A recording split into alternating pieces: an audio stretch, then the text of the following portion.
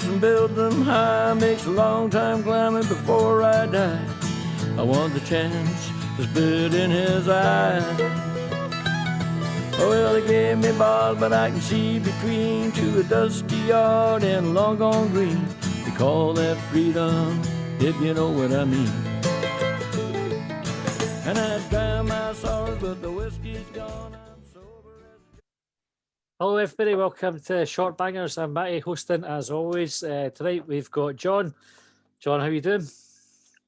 Splendid. I'm really good. How are you? I'm all right. Yeah, your house is looking good. Thank you very much.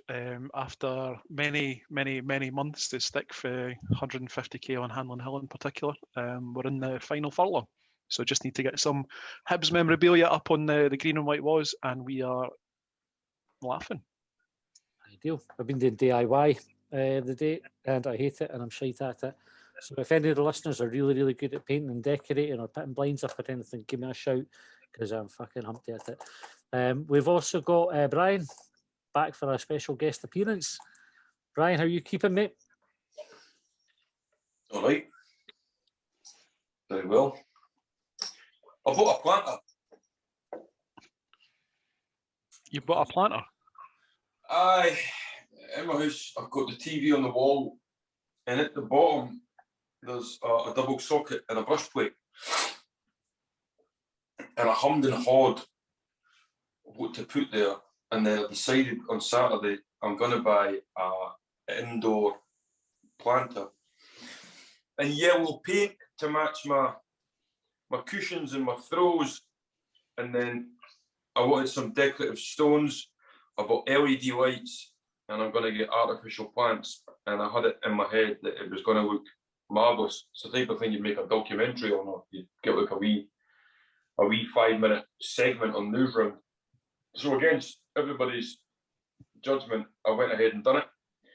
Painted the planter tonight, got the decorative stones, tipped them in, sat down and looked at it, and it's fucking shit. So I've got yellow paint on my hands that I can't get off, and I've got an indoor planter that I've painted yellow that I can't return. And well, it's what it is, isn't it? Aye. That's a different episode of Homes Under the Hammer. Yeah. Homes Under the Influence, I think that is. Right, well, we get some questions underway. The first one comes from The Words. So The Words last week said I looked like Paul Brown, which was nice of him. That was probably the kindest thing anybody said to me. He said, this week's Shortbangers question, after seeing Jamie Hamill wobble about for Stranraer, does Curvy Nisbet feel like he's been visited by the ghost of Christmas future? I think Jamie Hamill and I are travelling in opposite directions, because I'm getting slimmer and he's getting fatter. Aye. Had he been duking for chips? He had that look about him. Obviously, when he came on, you shouldn't make fun of folks' size and all the rest of it, but I'm sure, because obviously... Oh, no, hold on. You've been ripping the piss out of my size for fucking months. I've no. That name is fucking on the fucking Zoom is Curvy Nisbet. The listeners always said you look like a fatter version of Kevin Nisbet. We're not saying you're fat. You're just fatter than Kevin Nisbet, right? You might not be now because you've been working it, right? But the point I was going to say about Jamie Hamill, and I we shouldn't make fun of folks' size and everything, but with there being the crowds at the game now, when you can pick up what the players are saying, when he came on, there was definitely that's not a moon. I heard one of the players say that's not a moon, and somebody shouted it's a space station, and he came on effectively the same size as the Death Star. So, there we go. Jamie Hamill. He's the prick's prick as well, isn't he? He's one of those one that he just there's no redeeming features about him. He reeks Jambo. He falls into that category of player like alongside Ryan Stevenson, Ian Black, Robbie Savage, just dicks that play football. Yeah. Did he not have a game where he was missed a penalty in a penalty shootout, or missed a penalty in the game and got sent off and potentially scored an own goal as well? If he did, that's the holy trinity of shitiness. Hope he did. If I've imagined it, I'm glad I imagined it. But I'm pretty sure that happened. Somebody will definitely tell us when it happened. It might have been against Inverness in the cup. You know the one where they were high sixing at the corner before they lost. That's one of my favourite games. So, Ladij said, if your club isn't trying to develop players capable of competing in the European Super League, does it have enough ambition for the development of those players?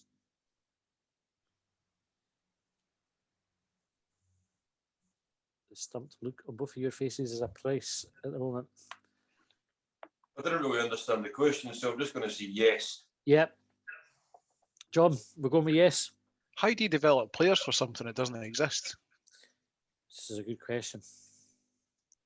'Cause I'm sure that when Ladij asked that question, the European Super League, the world was about to implode through football-vented anger, and then it quickly disappeared again. So is that the quickest that a question to Shortbangers has ever become irrelevant? In a matter of seconds, aye. Aye, like we're going right. This is a European Super League coming down the line. Everybody's fucking raging. 2 days later, it's deed in the water.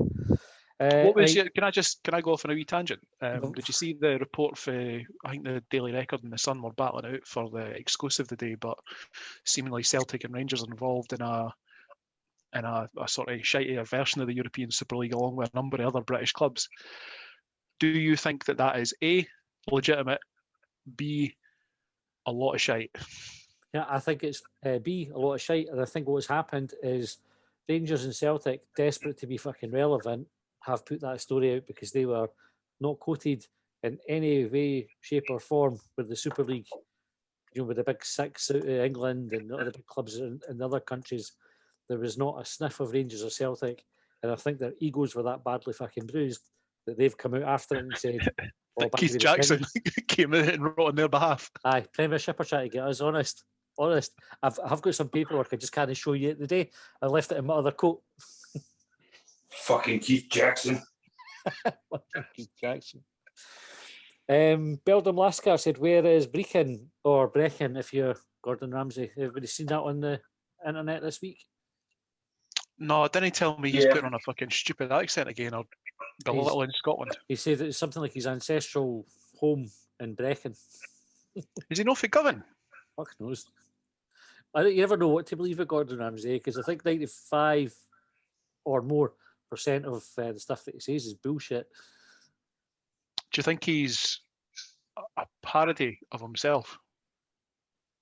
Yeah. Like he swore a bit and people latched onto it, so he just turned the dial up to 11. What other places get regularly mispronounced? I know that Brechin is a common mispronunciation of Brechin, I wouldn't imagine, but I once saw an American get on the bus and ask the bus driver who went to Corstorphine. Well, I heard somebody asking where Alberoni was, which was all bar one, is what they were looking for.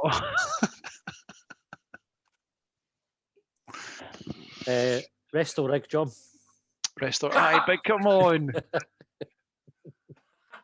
When I was a kid, I remember, I don't know which road it was that my dad was driving me along, but I said, Dad, where's Kirkholston? Kirkholston. We used to, so as we know, loved Star Wars as a wee, one of my favourite ever films. And whenever we saw a sign for Jedburgh, that would get changed to Jediborough, which sounds like a fucking much cooler place than your wee. Then you get there and it's fucking disappointing. Did you imagine that there was folk in Jediborough that were just moving things about with their mind? Not with their mind, with the Force. With the Force, aye. Definitely kicking about with lightsabers and fucking wee droids and that. It's a big disappointment when you get there and that's not happening. No. Just cunts playing rugby instead. Aye. Although it wasn't as much of a disappointment as when I got to Cockermouth. So yeah, don't ask the locals. That's they're not as up for it as the city might suggest. Cockermouth, I beg your pardon. Mikey said, "How often should you wash your dressing gown?" Oh, I need to buy one of them. Why? Because it's fucking cool. Are you talking about like the hotel style terry toweling dressing gown, or are you thinking about like a Del Boy Trotter Chinese satin robe? Is it satin? Silk? But dead short. Aye. Just a set of plums hanging That's it. on You just, the hem. anybody facing you straight on just catches the very bottom of your scrotum. No, I want the not even the hotel one, John. I want one that's like down to the ankles, just a big, thick, fluffy fucker. Is it a dressing gown or a house coat? Or a goonie? Dressing gown. Or a goonie? Or Is a it- goonie. Does it depend if you're East or West Coast, whether it's a dressing gown or a house coat? I think I would be dressing gown is what I would call it. I wouldn't call it a house coat, but I know folk could call it a house coat. So Do you know anyone that has a pair of house shoes? And I didn't mean slippers. I mean like a normal pair of shoes that they wear solely in the house. No. no, I've seen it. It happens. It's strange for me. who does it? Do you want to name them? Name and shame them, John? It was some random on Twitter's da. All Honest. right. I wear socks with sliders. See, how is that now an acceptable thing? Whereas back when I was growing up, sandals and socks were forbidden. Like it was like the early calling card of the paedophile. I'm bringing it back. Taking it back. And when do sliders stop becoming flip flops? I think flip flops are now where you've got the wee fucking annoyance bit between your big toe and your second biggest toe. The bit that gives you the blister maker, as it's called. Aye. I Aye. think they've taken the mantle of flip flops. So the one with the band across your metatarsals, if you like, that's they're sliders. The sliders. And there's a Frenchman that wore the sandals there. His name was Philippe Philip. Don't do it. Don't do it. You done it. You fucking done it. I was thinking that the blister maker sounded like a really good name for a Russian submarine. The blister maker. It's like a shite Van Damme film, eh? Aye. Alex says, who could fire an arrow the furthest using a bow and arrow out of Matty and John? So, John, do you think you could shoot a bow and arrow further than I could? Yes. And what's your reasoning for that? I like to think that I'm just a wee bit fitter, stronger, more supple, more Better looking, athletically gifted. smarter, taller. Aye, I would probably vouch for you in that one as well, Brian. Do you know, was, even something as simple as just length of our arms, I reckon that's going to play a part. If you can get more draw on the bow, that might just be the singular factor that determines whether I can shoot it further or not. Have you got super long arms? No. Brian, how's your archery? Fuck. Yeah, do you want to organise like an archery do? No. No. No, I do not. A fucking shite idea. What if there was drugs and alcohol involved? I think you're allowed to do that. There's something inherently like. You think WADA's going to be up at fucking B Craig's? Aye, like, they're not gonna they'll take one look at you if they think like this boy's whacked out his face. Then he gave him a bow and arrow because that's fucking asking for trouble. Out of all the things you could, it's like that and shooting ranges. Don't equip him. He's giving himself a half Nelson in the corner. Who's the best at bow and arrow? Do you know? Best in the world? Jeffrey Archer. No. Right. Kunster says, would Hearts lift the championship trophy if it was full of coins?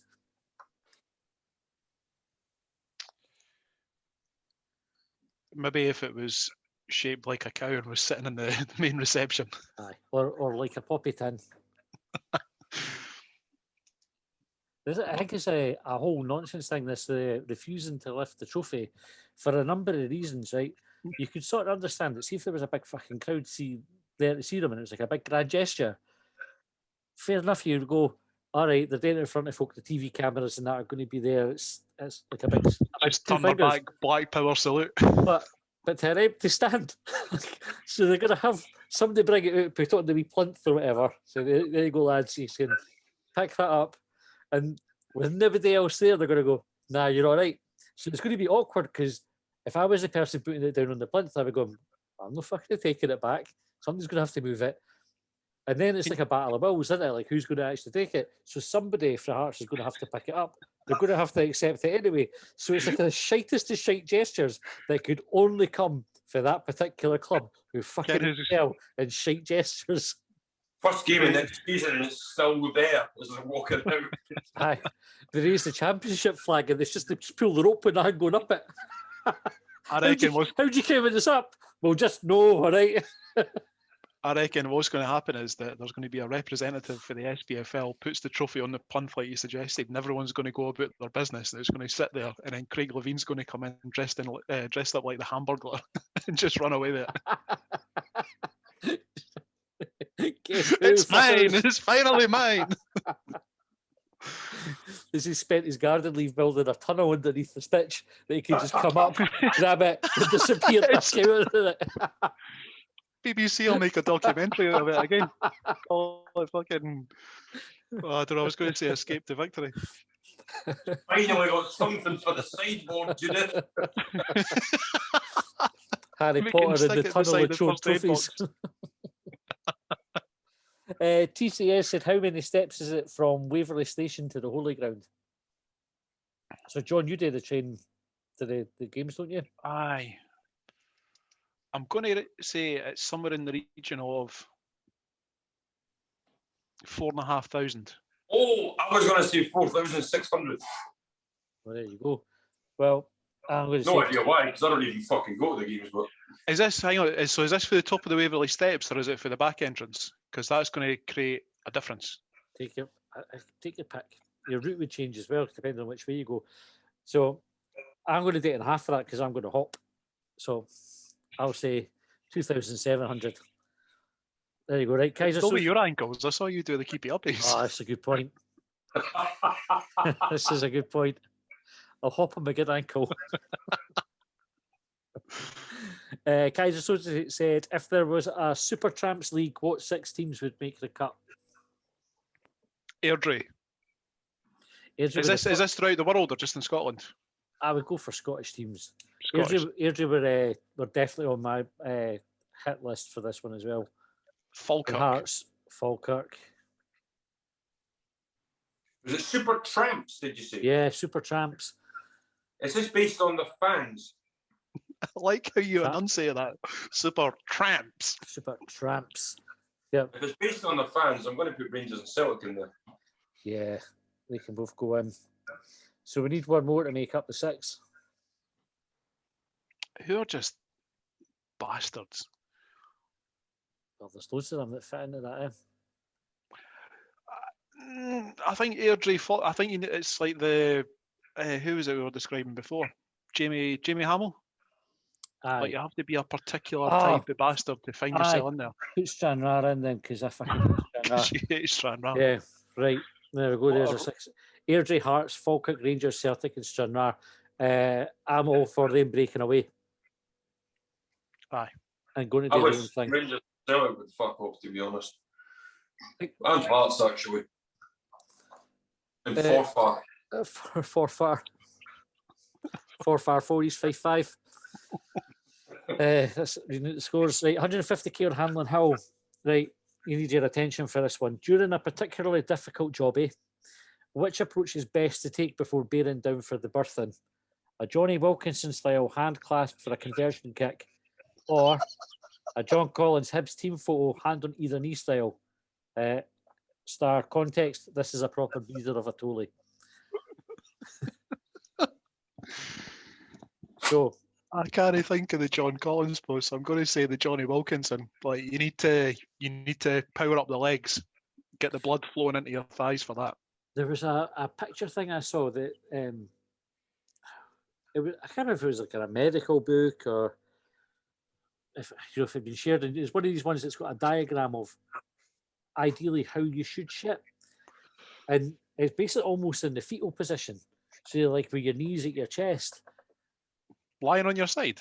No, upright. But if you imagine like your knees up at your chest, so your arse down into the bowl, onto the pot, and apparently that gives you the better shape for the stuff to.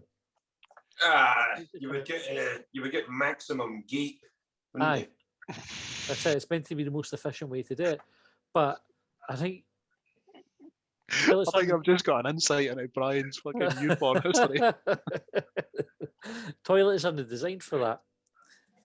Well, no. See, this is the problem. It's the other way around. It's that in the Western world, the introduction of toilets have prevented us from taking that natural squatting position for shiting and for childbirth. Would you ever sit in a toilet facing the wall rather than facing out? Like, who decided you sit facing out the way? Do you think there are people out there who go and face the cistern? No, you couldn't face the system because the system's connected to the toilet. Or you mean like swatting it like just facing the other way? What the cool kid would do in school, but turn his chair round. Aye. I reckon that's going to make for a messy wipe if you were to do that, because if you turn round and you face the cistern like Brian suggested, you're going to open up your pelvis to man spread to get around the toilet. The hands. You need the visual. Yep, the hands describing what's happening. You're going to be sat there straining and you're just going to be getting off inefficient jobby the entire experience. And you'd go through a fucking rake of toilet duct because the shite's going to go down a chute as opposed to a straight Tom Daly dive. You would have less of the ghost shites, though, eh? Oh, far is that? What's the ghost shite? You know, the phantom ones where you've done one, you looked in and there's nothing there. Like it's shot out with enough power that it's just they made it the same way. Obviously. No, if you sit the other way, you're going to leave an audit trail, aren't you? To be honest, you're going to be captain's log. To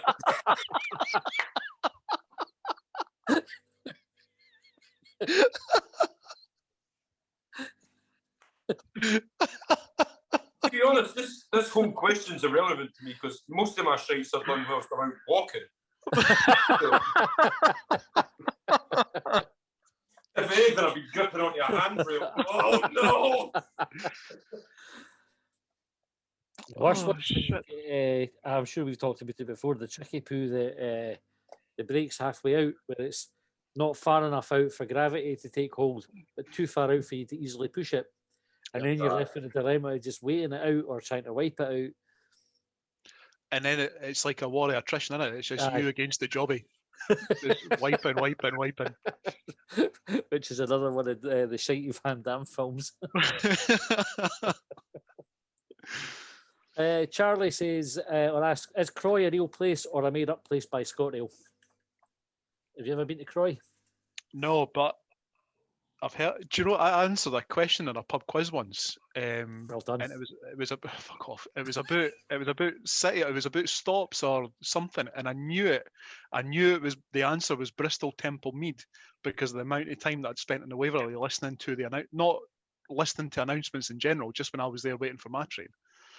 And Croy was one of the ones that came up, but I've never been. I couldn't even tell you where it is. I think it's on the Five Circle.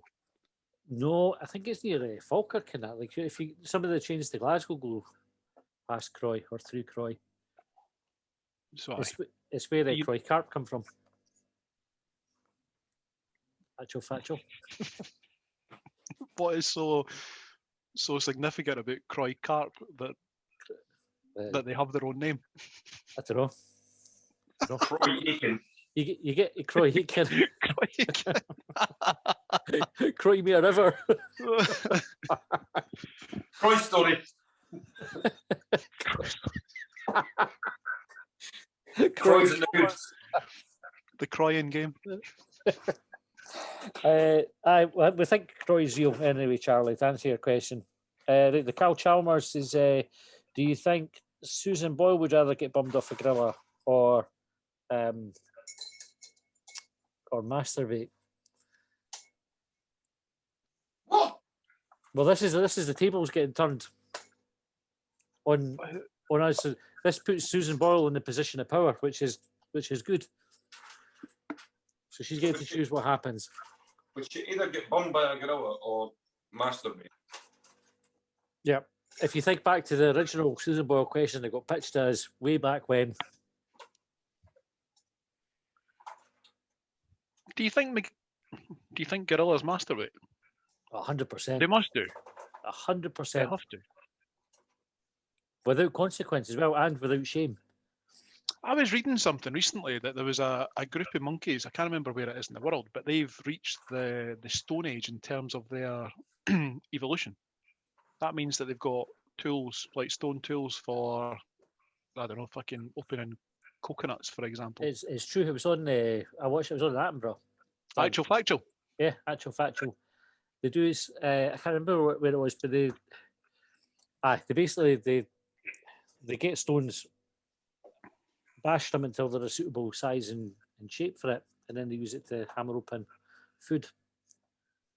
That's mental. Which is pretty decent. Do they know that if they survive for another couple 100 million years and continue to develop the way that they are, that they're in for a life of disappointment? Nah, doubt it. Like, keep your expectations low.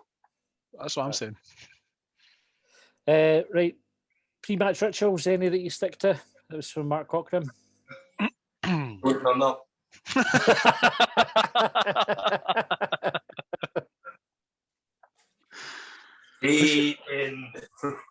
I'm sure we've had this one before, John. Yeah, have I got a ritual? I usually I'm Take pretty your tag anal. off. I'm pretty anal about checking train times and checking that the folk that I'm going through with know when I'm getting the train so they can come through with me. And I usually take the same route to the ground and go. I pretty much take the same route and then go in through the same turnstile. I don't go to the toilet until half time if I've not been beforehand, because that usually results in a goal against Hibs. I generally sacrifice a goat. So, right, David, where about and what's your preferred method? I've got a couple of monkeys who have fashion out stones on instruments. So I just get them to go and find one. They just do it in the back garden. Do you indicate to them that they are chipping and sharpening is good enough or isn't good enough, so that they know that the ideal tool for a ritual sacrifice is correct? Well, I think they tend to find out, because if it takes them more than 2 or 3 strikes to get the goat to kill the goat, then they don't get fed for a week. So right, they've kind of learned that they need to be on their A game when it comes to fashion, sharp negative tools. Reinforcement if you don't kill the animal at the first attempt. Aye, and I think they like it as well secretly. Do you know? They never admit to it. They always put up a wee bit of a protest, but there's just a wee hint of a smile. They get that wee bit of fucking bloodlust, and you know deep down they're enjoying it. Anyway, right. David Loudon says, my PE teacher at school wrote on one of my report cards that I had an overinflated opinion of my own ability. Is there anything you think you're shit hot at, but in reality you're just bang average at, and have you been cruelly called out for it? Sex, yes. Yeah. John? I don't know. Do you know, I'm bang average at most things, but I think one thing I'm really good at is talking shit. And has anybody told you you're not good at talking shit? No. Right. In fact, no, most of the time when I'm talking shit, people ask me if I'm on drugs. And I take a perverse delight in telling them that you should see me when I am on drugs. I try to think, like, there's loads of things that I think are good at, and then you realise, nope, not really that good. It's like general knowledge and stuff like that. I think I know a decent amount about things, and then somebody will ask me something, I'm like, I've not got a fucking clue. Cunnilingus. Yep. I'm still like a kid, you know, where you get told that you should just do the alphabet. There's nothing wrong with enthusiasm or the basics, Brian. I know, but you get to like W and you've not even heard a fucking whimper. What to do is do the alphabet, but with a star. I was going to say, But with a star. so Brian, have you ever heard of the Kivin method? What? Kivin, Kivin, I believe it's spelled. Go and Google it. I learned it for Sex in the City. Trust me. Game changer? Game changer. There you go, eh? Things you learn on Shortbangers. Sex education vis-a-vis Longbangers. I shall practice my bacon sandwich at tomorrow's breakfast. By the way, we had obviously we've had some kind of choicely named Longbangers episodes, and I think still the best performing ones on YouTube are the South Korean sex dolls, which occasionally gets a random comment on it, and the blowjob tutorial one, where we had like a long comment on it the other day from. Say the other day, it wasn't that long ago, but somebody suggested an entirely different method who'd obviously seen the title of the podcast but not watched the podcast. Can I just read this out? So I googled Kivin method just to make sure that what I was. So maybe one of the things that I think I'm really good at, but I'm bang average at, is remembering things. However, I've just googled Kivin method, and this is the first article that's came up from healthline.com. If you or your partner have a vulva, it's time to talk about the Kivin method. And Brian's eyes have just lit up, which means that he's going to be looking that up. I'm going to write this shit down, John. Keep talking. Don't confuse it with the Kevin method. Right. Peter Brown said, "What's the most unreasonable / unrealistic thing your partner has ever said to you?"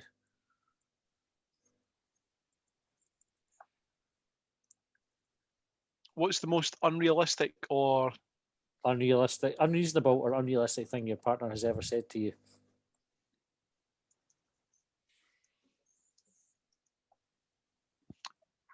Brian, you must have a few.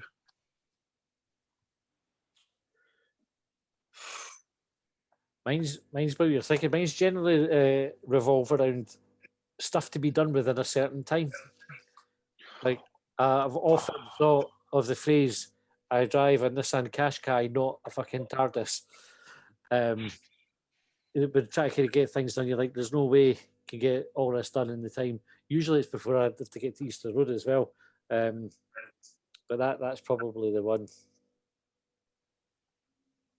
I got stick last night because I hadn't shut the curtains in the living room, and there was something else that I hadn't done. I can't remember what it was, but I tried to say, I'm really sorry. I accept that it was my fault, that it was my shortcoming. But we have only just recently got curtains in the living room because we've been doing a bit of decorating recently. I was like, but I filled the dishwasher. And it wasn't good enough. I once got told that dishwasher, did you? Was that? You never put the curtains in the dishwasher? No. Good, all right. Ryan? I once got told I'd hung the socks up the wrong way around on the radiator. What? Get that kind of thing. Oh, do you know, actually, sorry. There is no right way to do it. Whether it's socks or whatever. I learned that a while back. That is what it is. I was going out with someone who we lived together at one point, and then after we split up, she got a place of her own, and then we kind of resumed our relationship. But she was really fucking particular about certain things in the house. So you know how the toilet seat is a stereotype between men and women. Men require it up, women require it down. She went fucking mental about me leaving the toilet seat up. Like proper mental. That was ridiculously unreasonable in my opinion. To make sure to put it down every single time. How big a deal is that? You need to be just saying, you need to calm down. And if they're kicking off about things like that, you just need to say, whoa, calm down. That's not important. No. Get off my back. Leave me alone. Right, Liam asked, if dogs woof and cats meow, what noise would you make to notify other humans of your presence? And in Alan McGregor's case, your rage. So this question confused me because we already have a noise that we make to, like, we say hello. Aye. Sure, like we have voices, but if you were to pick an alternative non-voice noise. See, if you were we were talking about Cheers the other week there, Matty, weren't we? Aye, yeah. No, Like, Norm. So if you were to walk into any time you were ever to walk into a room, how would you like to be greeted, or how would you like to make your presence known? do you know what would be excellent if it announced your mood as you went in? Like if you fucking angry like that, right? Then folk would leave you alone, right? I'm really happy. And folk would come in, they'd kind of happy, so they'd come up and talk to you and everything. That's what I would put it just. And Alan McGregor, obviously, his would just be rage all the time. Every time, wherever he went, rage. But that's what I think. If I could reinvent humans and take it back, it would just an announcement of your mood. Horny. How much easier would it make if life if you just did that? If you went horny, somebody else is also feeling that was like excellent. Uncle Ralph, not again.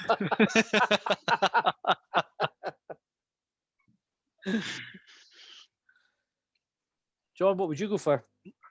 The one that immediately springs to mind, I don't know, you probably not have seen it, but there's a like a parody of one of the dinosaurs in Jurassic World, and I think they make out like it's a gay dinosaur, and the dinosaur, just as it's sort of announcing itself to the world, it just goes, yes. Have you seen talking to Jurassic Park? There's somebody's dubbed the Jurassic Park dinosaurs with Gordon Ramsay shouting "raw." Like obviously he must do this regularly when folk in his kitchen have fucked up the food. But you've just got like T-Rexes going like "raw, raw" like this. When there's one comes out and it goes "fucking raw." It's very funny. Alistair Taylor said, "What's your rule of thumb for finishing a jobby?" There's a lot of shite related questions today. Mine is generally about 15 minutes till I have pins and needles in my legs and I can't feel them when I stand up. That's too long. Happen, when you get pins and needles. That's too long. Surely just stay till it's finished. Well, oh no, sorry. So this is the actual finishing. Like, I mean, I don't know about pins and needles. Like, if it's 15 minutes, that's too long. 5 to 10, is that too much? 7.5? I don't know. Sometimes it takes that long. I once ate my lunch. I was younger, much younger. Was that a 3-course meal? No, I remember it was much. I only happened once, but much younger. But I did go in there with a sandwich and a glass of orange juice. Probably the Freeman's catalogue to look at the underwear section. When I worked at HSBC, there was a boy who got pulled up for that. Who would regularly come out the canteen, go into the toilet, sit in the cubicle, and scan his lunch while having a time night. There was a boy in our office, Matty, who would. Well, I think it was a guy. It may have. No, it was definitely a guy. So you know how in our office you had the toilets, but there was a separate cubicle for the mobility impaired. Let's say someone was going in there and were eating tins of tuna for their lunch. Oh fuck! I was just about when you started the story. I was about to say it because I think I have a photo of the sign on my phone because I saw it and I was like, what a fucking random, very specific sign. It said, "Please do not put empty tuna cans in the bin." Yep. I thought, what the fuck's that sign there in a toilet at your work? Like, who's going? I'm going there with this tuna can. I know, take it to the disabled toilets and I'll just chuck it in the bin there. What secret shame did this person have that made them feel like they had to go to the disabled toilet to eat their can of tuna for their lunch? Surely they were just eating the tuna out of the can. Do you know what I mean? Like you have tuna with a baked tatty or a sandwich or something. You're not just going with a tin of tuna and scanning that. I've got a theory as to who it was, and it's because I think tuna, like most fish, is high in protein. Was it Big Fish Dave? Big Fish Dave. I don't know. Is that an actual person where we work?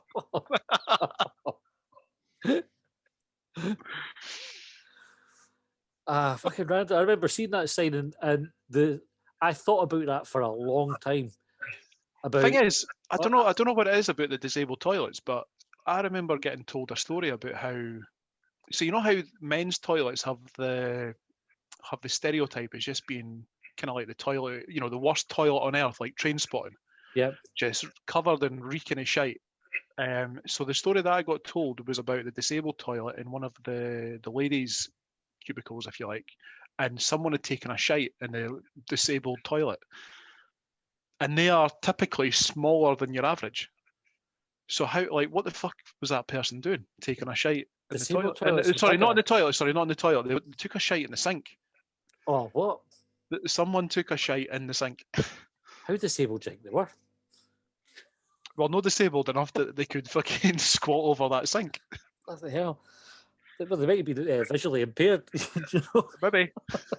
This is fucking high. This is higher than usual. Perfect, a bidet.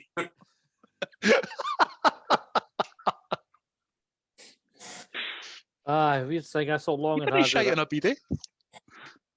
Have you ever, Brian, have you ever shat in a bidet? No. Right. Have you got a bidet in your fancy new gaff?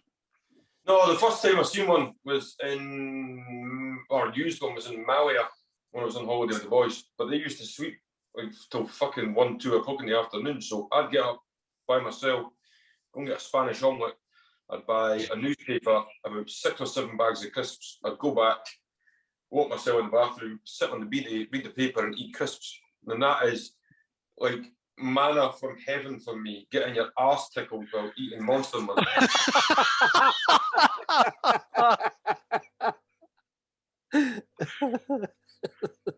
Was it Monster Munch? What was it? The Flaming Hot? Flaming hot. Flaming Hot. Oh, the roast beef, they're tasty as well. Roast beef ones are good. The thing that you need to do though is if you're there, especially if it's like a boys' holiday, is you've always got somebody gullible in your group of mates, and you tell them it's a water fountain. I'm that guy. Alistair said his next question was, would Alan McGregor sound like a T-Rex with his general rage? I think we covered that. Ladij said he'd like to have seen Effie on Wednesday. What do you think would have been a good way for Hibs to welcome him while also making it clear we need him to lose?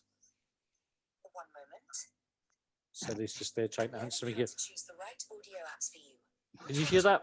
Siri's deciding I'm asking it. Siri, you're not involved. You've not been invited onto this. I'll need to access Oh, your you're not going to my Spotify, right? That's No off. problem. I won't. We're about to find out that Matty listens to S Club 7. Hey, by the way, who doesn't? Effie, if you'd been there, would you have given him like a warm reception? Nah. Effie's a funny one because he did kind of shaft us, Like he could have stayed a bit longer than he did, considering he never had a club to go to straight away. I think he could have stayed longer. Am I right in saying that there was a possibility that he could have come back but didn't? Yeah. So, nah, fuck him. Do you know, I actually feel worse about the reception, if you want to call it that David Witherspoon got when Hibs were up at McDermott Park after Paul Heckenbottom got sacked than I would about any reception that Ambrose got. Same rules apply. Fuck him. Fuck him. Calgacus. Roman Emperor. I don't think this guy is. He should be on Twitter. Calgacus from Brecon. Said, if Hearts refuse to lift the championship trophy, should that mean they also refuse promotion to the SPFL? And will avoid the pedantry around the fact they're already in the SPFL. They just need to grow up. It's fucking pathetic. What about who's the team? Is it Elgin that are not wanting to go down? Is it them or is that Brecon? It's Brecon. Calgacus for Brecon. They're taking legal action because they don't want to have to play off in case they get relegated. And they are by far and away the shitest team in Scotland. There's no excuse for them not to get relegated this time, or at least have the playoff. Last time they couldn't play the playoff, so fair enough, then they relegate them. But this time they can play the playoff. So I'm no close enough to the details other than to see the likes of, is it Ewan Cameron, Ewan Murray kind of raising an eyebrow in their tweets to say, oh, here the chickens have come home to roost. Well, actually, if it pisses off Ewan Murray, then I'm all for it. Go to Brecon. They are spiders. They're not getting humped every week. Aye, I'm sure. My neighbour plays for Kelty, and he mentioned today that they'd only played like a handful of games, and they had significantly more points than Brecon had over the last 3 seasons. Oh, really? Aye, so Shit. Do you know, I've actually got fond memories of going up to Brecon, like the Ball in the Hedge and iron brew poured into a styrofoam cup for a plastic 2-litre bottle and homemade soup. So I hope they survive. I don't care. But if they have, No, if they no, die, if they they're die. taking, no, if they're taking legal action. I wouldn't, you know what I mean, no survive, as in like, stop existing. But if they get relegated, that's just tough shit. You get relegated because you're shite. See in the modern era, how many clubs have been threatened with liquidation or administration or otherwise, but are still there as a going concern? Like we've not have we actually seen a football club go out of existence since Aye. Lanark? Well, I suppose Rangers died, right? So Rangers did go out of existence, and then zombie Rangers came back. Hearts were threatened, but never quite got as far as that. Airdrie did, and then they bought over. Oh, they bought over Clyde, was it? Was it Clydebank, sorry. Clydebank. Clydebank. So Clydebank died because they became Airdrieonians. Gretna. Wimbledon. Well, Wimbledon's still on the go, but there's Wimbledon and there's MK Dons, isn't there? So I think Wimbledon started became NK Dons, and aye, so they moved, but then folk started up. Portsmouth. So this is one of the things that I think that I'm really good at, is asking thoughtful, insightful questions and just being blown out the water. Parma. Parma? How the fuck do you know that? Because they came back as something like 1913 Calcio Parma. But they did you? Yep. There you go. 150k on Hanlon Hill. What's your chosen machine to rage against? Context: the one item that works against you on a regular basis. #Cyberdyne. The butt plug Fuckmaster 2000. Subtitles. Fucking hate subtitles. There are. I hate things that didn't do what they're meant to do. That's the biggest fucking annoyance for me. And such as. It's a good question. There's coat hangers. Coat hangers where the coat falls straight off them. No, it's just when they should fall straight off them, but they don't. So I end up just taking a sleeve and just walking in the opposite direction of the wardrobe. And taking half the fucking contents of the wardrobe out. And then getting angry because I've made a mess. I need to put them fucking back. Things like, I tell you what, my Skybox. So we got we upgraded our Sky a while back and got Ultra HD, right? We got Ultra HD TV for playing my Xbox on. I thought, great, we'll get the Sky. If you don't turn the TV on in a certain order, and then TV on and then the Skybox, and even then it's not guaranteed to work, I get a message from the Skybox on the screen saying your screen does not support Ultra HD. And it's a fucking bastard, because what I have to do is turn them both off, go to the TV, wiggle the HDMI cable ever so slightly, turn the TV on, and then turn the Skybox on, and then it works, and I have to set it up again. That doesn't sound so much like a certain order as turn the TV on and then the Skybox on. No. You made it sound like there was about 100 moving parts. This is the point I'm making. It should be fucking simple, but it shouldn't matter. You should just be able to turn on. You're right. Aye. So that's the most. And previously to that, Virgin Media, but I've changed my broadband provider now. So fuck you, Virgin. But that was a machine that I raged against because they were fucking brutal. Talk. I've got Talk at work, and it is just, to be honest, it's the only thing that's went down on me this year. All fucking time. Alex said, can you think of anything better for extreme frisbee than a circular saw blade? Like something better for throwing? If you want to play extreme frisbee, was there anything more extreme than a circular saw blade?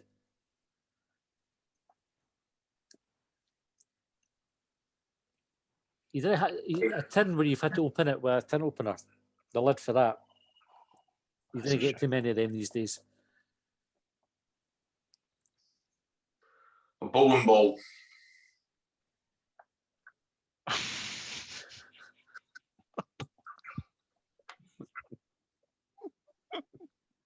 Plastic explosives. Bullets. No. So the circular saw blade, are they the ones that are they diamond tipped? What's the so you've got your circular saw angle grinders. You get diamond tipped ones of those. Do And you? then you get your what's the ones that you use for cutting masonry? Still saws. Yeah. But I think those thrown aren't going to create anything like the damage or the risk involved for extreme frisbee.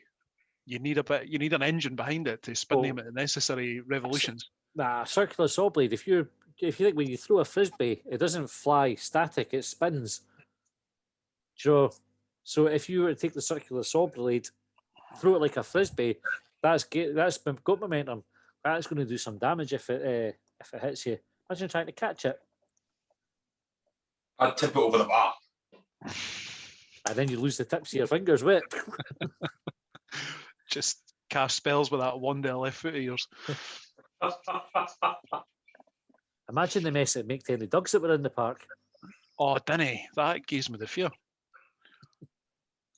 All right, well, we'll move on then, John. Sorry for that. Kieran said, what areas would you improve for competing in Europe and any players you'd like to see? I'd improve COVID. Aye. Make everyone immune to fucking everything. Let's never deal with this shit ever again.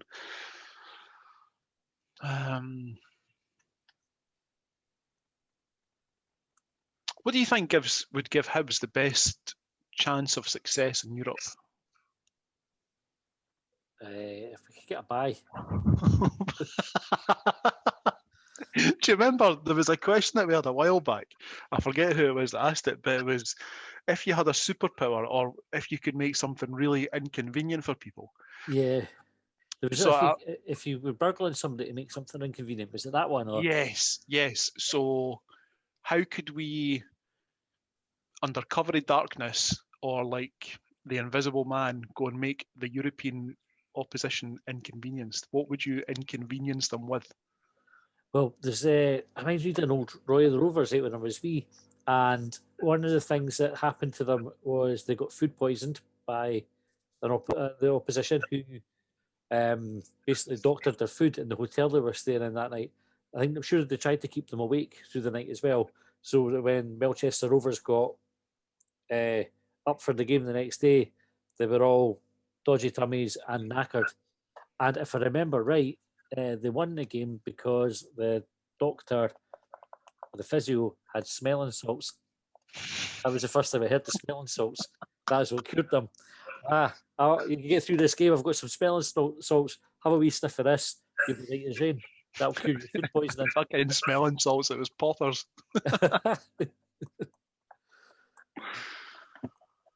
So we could do that. We could go on a European mission and try to just surreptitiously food poison everybody. Just give them one of Hibs steak pies. Hibs are going to have the best steak pies, John. That's one of their missions. One of Hibs' old steak pie offerings. And one of the old ones. What would you give the opposition cold water or no running water at all? Which do you think would be the biggest inconvenience or harassment in pre-game preparations? Cold water. Cold water. Cold water, that pissed them off. And also just like a noise, it was like a low hum, like that, just enough to bug them all the way through, like that. Aye. So I like that. Aye. And a door that was just too heavy. So sometimes you push a door that looks like it's going to be all right, then there's too much resistance on your hand at first, and you're like, fucking hell, that's heavier than I thought. I would make all the doors like that they have to go through, just that wee bit too heavy. Go into the changing rooms and just take a razor blade to each of their shoelaces. Not cut them entirely, but just enough so that when they put a bit of pressure on it, snapped. Did you see the photographer? I can't remember what game they were at through the week. Oh yeah, I think it was in Ireland. Aye. Yep. They tied the shoelaces to the fence. It's a brilliant. I would. It doesn't happen so much now, but back in the old days when you had the be like a big bath for the players, like a big jacuzzi. Have that, obviously hot water, etc. You know, lull them into a false sense of security, but have Michael Barrymore on a Lilo. They just have him stroll into the dressing room. All right, boys, don't mind me. All right, only a couple of questions left. Ricky said, if you get an erection whilst you take a shite, does that make you gay? I'm pretty sure that's not. I think it's fancying people of the same sex that make you gay. I think if you get an erection while having a jobby, that says more about your. That says that you've got more of a fetish than a preference. Are you duty bound to finish yourself off though? If that happens. No, because you normally piss when you take a shit, so you need to like push it down. Otherwise, you're like a one-man bidet, but for something else. This one will sprinkle your face. See if you have a jobby and you get an erection, do you think that that the mind starts playing tricks on you and you start to get an erection anytime you think that you need a jobby? Oh, I don't know. I'm not that deep. Like a preemptive erection. Like a wee warning sign, just Aye, but a really inconvenient one. Aye, I don't think so. Oh, there's Brian. There's Brian needs a jobby again. How can you tell? Look at the fucking stunner on him. Tracy Smith said, "What's the best place you've hid in a game of hide and seek?" I had the luge.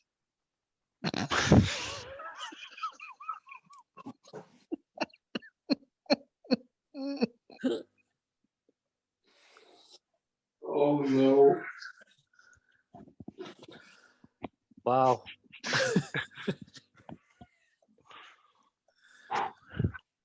I did hide in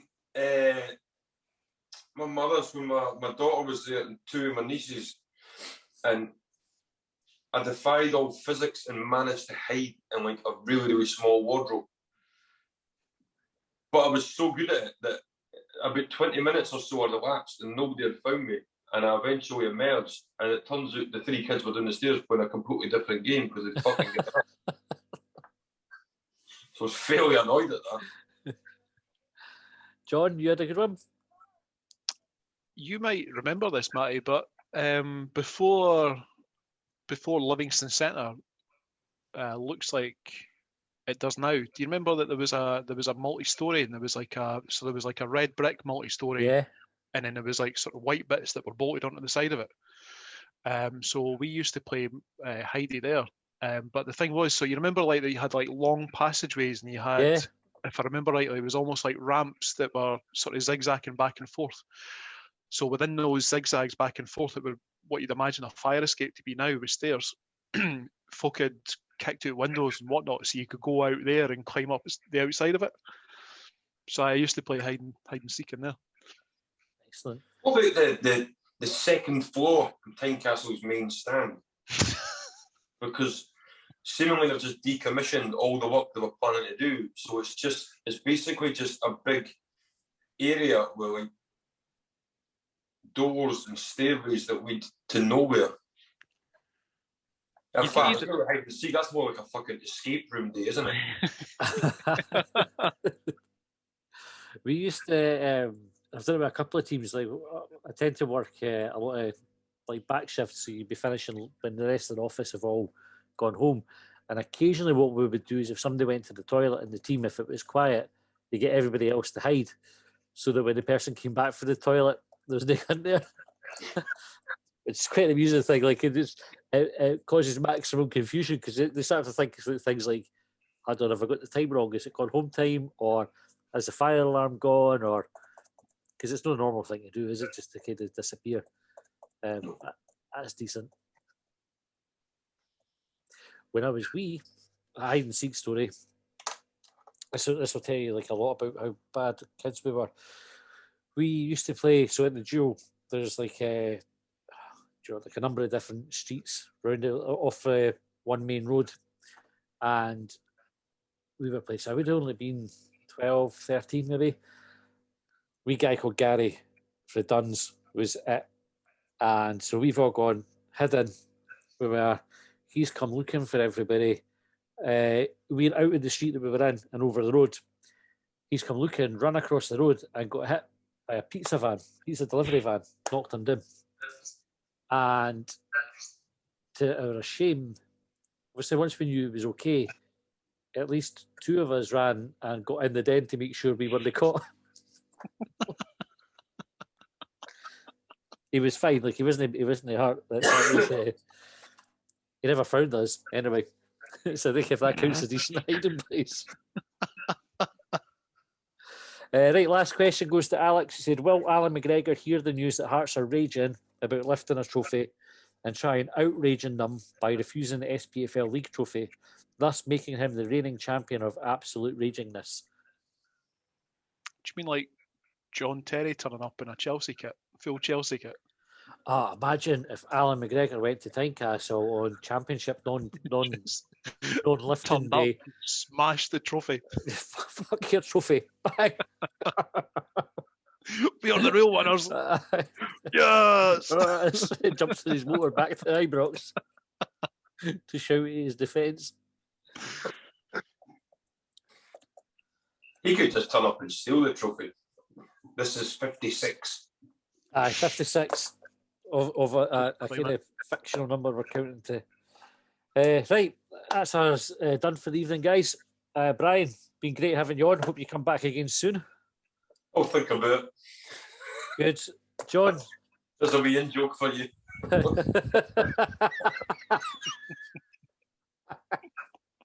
Yeah. Oh, fuck. It shall remain an in-joke. John, same to you. Hope you think about coming back on as well. I'll try. A couple of things to announce just before we wrap up. So tomorrow, which is Friday the 23rd, we're hosting a wee Zoom call. So not recorded, it's not been published anywhere, but it's if anybody's kind of feeling particularly down in the dumps or struggling with things a wee bit, you can come along, join the Zoom call, chat with some like-minded people. No pressure, no expectations, no judgments. Totally open to anybody who wants to join. It's not a men's thing, it's not just a women's thing, not just Hibs fans. Anyone wants to come on, just drop us a DM. And also, we are putting together a wee kind of group to connect people who might want to get a season ticket but don't have anybody to go with. So there's tons of Hibs out there. Nobody needs to be lonely.